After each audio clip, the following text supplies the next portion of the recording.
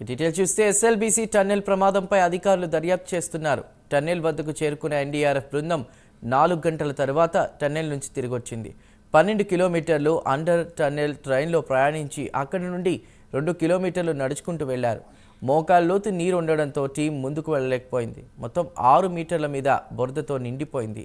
Fly కెమెరాలతో లోపల దృశ్యాలను చిత్రీకరించే ప్రయత్నం చేసినప్పటికీ టెక్నికల్ సమస్యతో సాధ్యపడలేదు. ఉన్నతాధికారుల ఆదేశాలతో మరోసారి లోపలికి వెళ్లే అవకాశం ఉంది.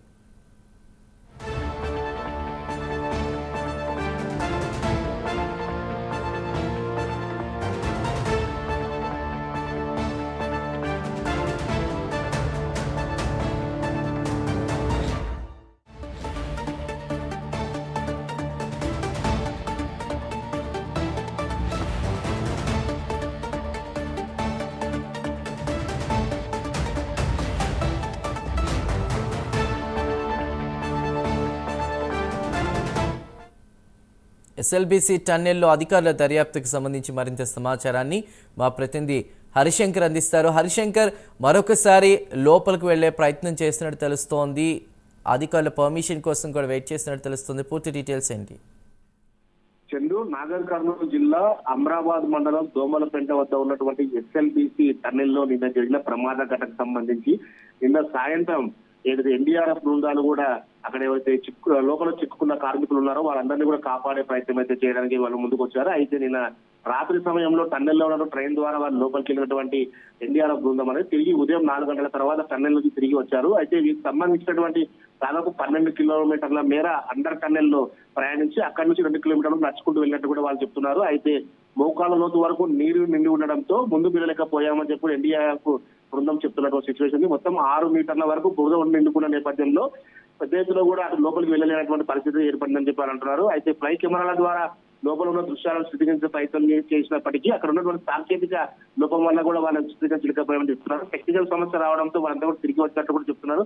అయితే సాంకేతికంగా మిషన్ లోపంలో వెళ్ళదంటున్నారు ఎన్డీఆర్ఎఫ్ బృందాలు.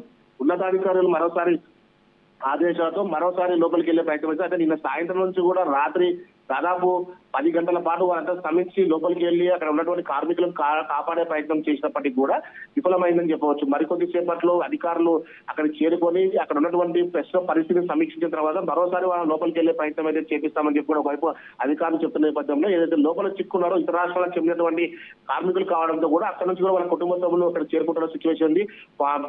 కుటుంబ సభ్యులను కాపాడాలని చెప్పి కూడా వాళ్ళంతా కోరుతున్న నేపథ్యంలోనే పెద్ద ఎత్తులో కూడా ఇటు అధికారులతో పాటు అక్కడ ఉన్నటువంటి ఇంజనీర్లు జయప్రకాష్ సంబంధించినటువంటి ఆ సంస్థ ఇంజనీర్లతో పాటు అక్కడ ఉన్నటువంటి కార్మికులు కూడా పెద్ద ఎత్తున అక్కడ చేరుకున్న సిచ్యువేషన్. ప్రస్తుతానికి అయితే పోలీసు బందోబస్తు అక్కడ ఉన్నటువంటి పరిస్థితి అయితే పోలీసు బందోబస్తు చేసిన పరిస్థితి ఉంది. మీడియాతో పాటు అక్కడ ఉన్నటువంటి ఎవరిని కూడా లోపలికి అనుమతించే సిచ్యువేషన్ అయితే కొనసాగుతుంది. చందు, హరిశంకర్, మరి టెక్నికల్ సమస్యతో కూడా ఫ్లై కెమెరాస్కి సంబంధించి కూడా వర్క్ లోపల సరిగా జరగలేదనేది తెలుస్తోంది.